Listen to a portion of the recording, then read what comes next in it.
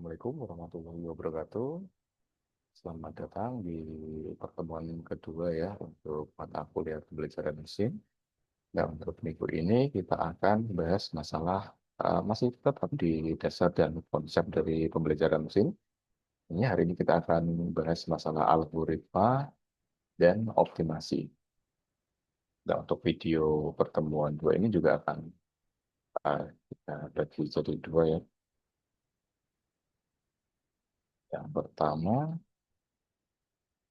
kita akan bahas masalah algoritmanya dulu ya.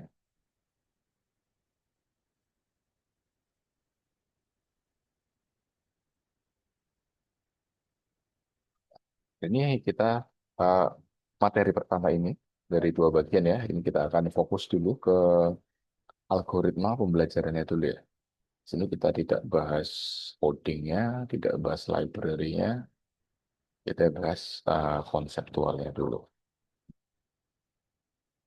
Nah, algoritma pembelajaran mesin ini adalah algoritma yang mampu belajar dari data. Tapi pertanyaannya, apa yang dimaksud dengan belajar? Nah, di sini kita gunakan definisi dari Mitchell ya. Dia mengatakan sebuah program itu dikatakan belajar dari pengalaman E. Ya, kita definisikan menggunakan E ya, experience terhadap tugas T dan ukuran kinerja P. Jika performanya pada T ini meningkat seiring pengalaman E.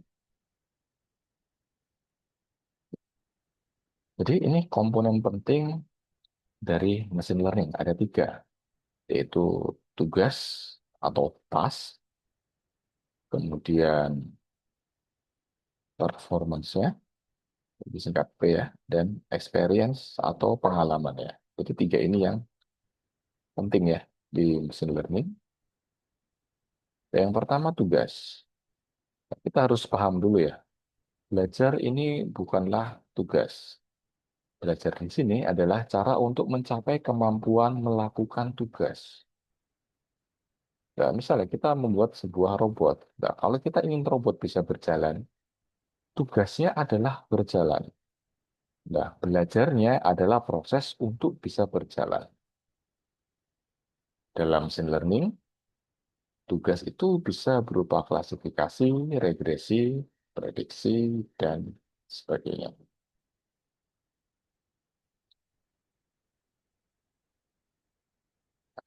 Contoh ya, machine learning ini bekerja dengan contoh.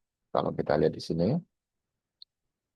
ini contoh direpresentasikan sebagai vektor fitur. X ini merupakan elemen dari vektor R ya.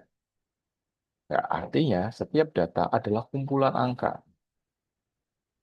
Contoh konkretnya, misal kita punya gambar ya, 28 kali 28 piksel.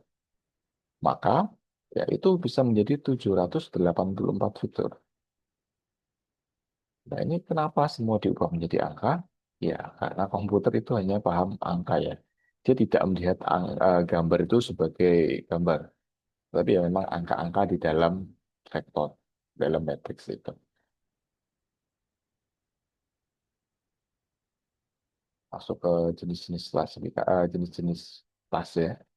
Yang pertama, biasanya itu klasifikasi. Klasifikasi di sini ada tugas untuk menentukan input masuk ke kategori mana. Dengan fungsi F ya, ya kita pakai vektor R, ya apakah dia masuk ke kategori satu, 2, 3, seterusnya atau ke K. Misal contohnya yang kemarin ya, ya klasifikasi email itu spam atau bukan spam, klasifikasi apakah tumor jinak ataukah tumor ganas. Kemudian kalau menggunakan dataset iris, apakah iris setosa atau versicolor. Nah, di sini klasifikasi outputnya berupa diskrit. Nah, kemudian ini contoh tas berikutnya yaitu klasifikasi dengan input yang hilang. Nah, ada beberapa data di dataset itu ada data yang NA atau nol seperti itu. Nah, hal ini tuh sebenarnya sering terjadi ya di dunia nyata. Contoh untuk diagnosis medis, ini tidak semua tes itu dilakukan. Ya, solusinya bagaimana? Nah, di machine learning, kita biasa menggunakan distribusi probabilitas atau kita gunakan marginalisasi variabel yang hilang. Di sini ya, machine learning itu harus robust terhadap ketidaklengkapan data.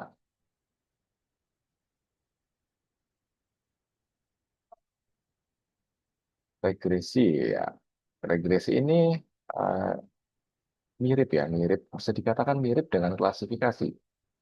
Namun bedanya kalau klasifikasi outputnya adalah berupa diskrit, sedangkan untuk regresi outputnya berupa numerik. Contohnya ya prediksi harga rumah, kemudian prediksi jumlah klaim asuransi. Di sini berarti outputnya berupa kontinu. Kemudian task berikutnya adalah transkripsi. Transkripsi di sini yaitu artinya mengubah data tidak terstruktur menjadi teks. Ya, contohnya OCR ya, speech to text. Di sini inputnya itu kompleks. Outputnya adalah simbol diskrit. Dan task berikutnya, terjemahan mesin. Inputnya berupa urutan simbol, outputnya ya urutan simbol bahasa lain. Ini bukan sekedar klasifikasi kata per kata ya. Di sini ini ada apa ya, menggunakan urutan atau urutan struktur ya, struktur sekuensial di sini.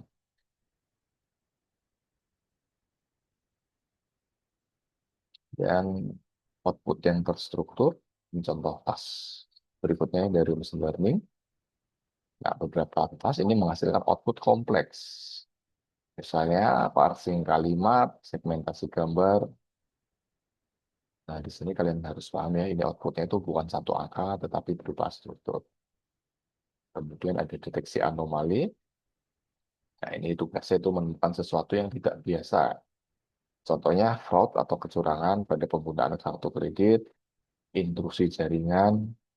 Ini saya juga kalian buatin ya, ide untuk TA ya, intrusi jaringan ini, masalah keamanan. Di sini, ini biasanya, ini model ini belajar pola yang normal. Dan jika ada sesuatu yang menyimpang atau yang tidak normal, maka ya model itu akan melabeli data tersebut itu sebagai sesuatu yang abnormal.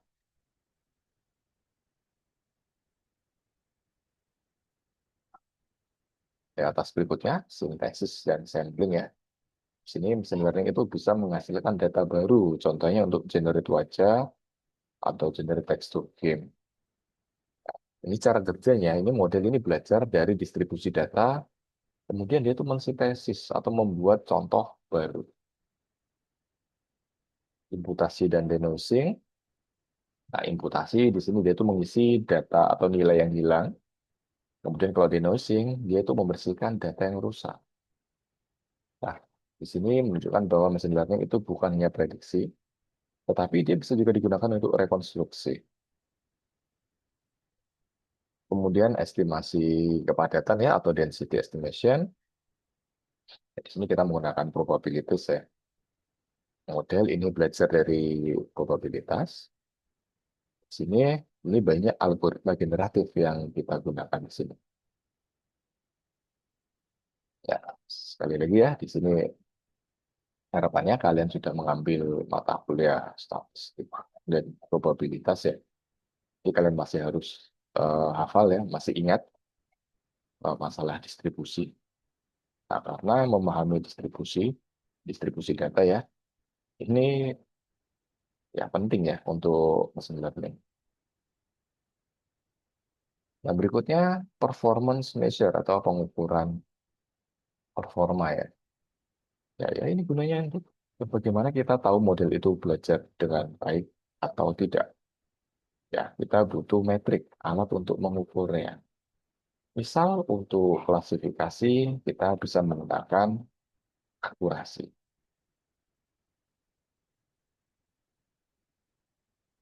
Kemudian Ada juga ya pengukuran error rate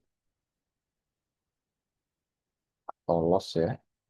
Nah, error rate itu adalah proporsi kesalahan atau loss 0 sampai 1.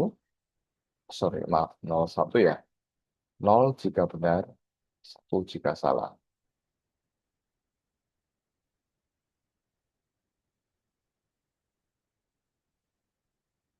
Nah, kita bisa menggunakan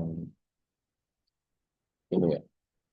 Oh ya, untuk permasalahan estimasi kepadatan, di sini kita tidak bisa menggunakan akurasi. Di sini kita bisa menggunakan matrix continuous. Kita bisa menggunakan log likelihood, ya karena outputnya berupa probabilitas.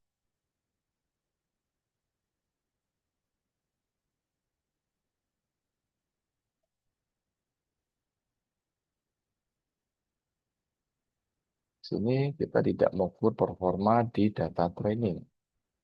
Alasannya ya karena model itu bisa menghafal. Jadi seperti yang disampaikan sebelumnya, yang penting adalah generalisasi. Ya model itu akan dikatakan baik kalau dia bisa hmm, apa ya, bisa mengklasifikasikan dari data inputan baru. Jadi dia tidak hanya bisa atau tidak hanya bagus di data-data training, data-data yang sudah dipelajari oleh mesin tersebut. Tapi dia juga bisa memberikan performa yang bagus pada data-data baru. Itu yang disebut dengan generalisasi.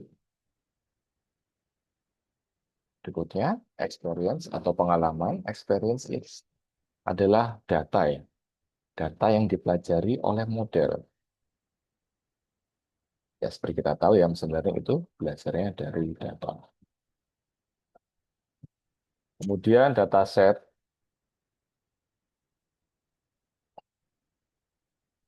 Contoh yang biasa biasa kita gunakan adalah dataset iris.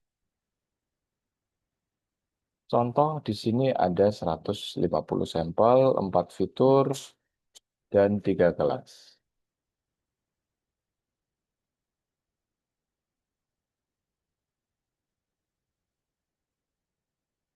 Kemudian masuk ke berikutnya, unsupervised learning, yaitu dia belajar tanpa label. Tujuannya ya mempelajari probabilitas dari X, kemudian untuk clustering, untuk struktur data. Jadi di sini model itu mencari pola sendiri. Untuk supervised learning, ini ada labelnya ya.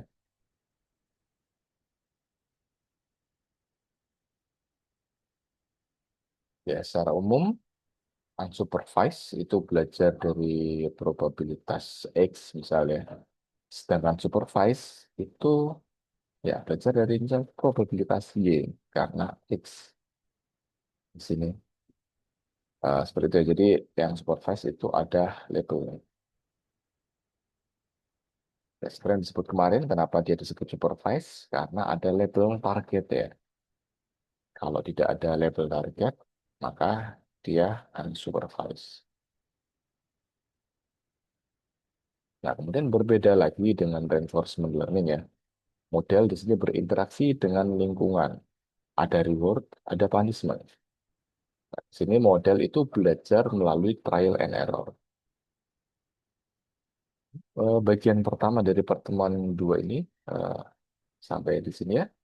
Jadi pada bagian ini kita sudah belajar 3 hal utama pada machine learning, yaitu task, performance, dan experience.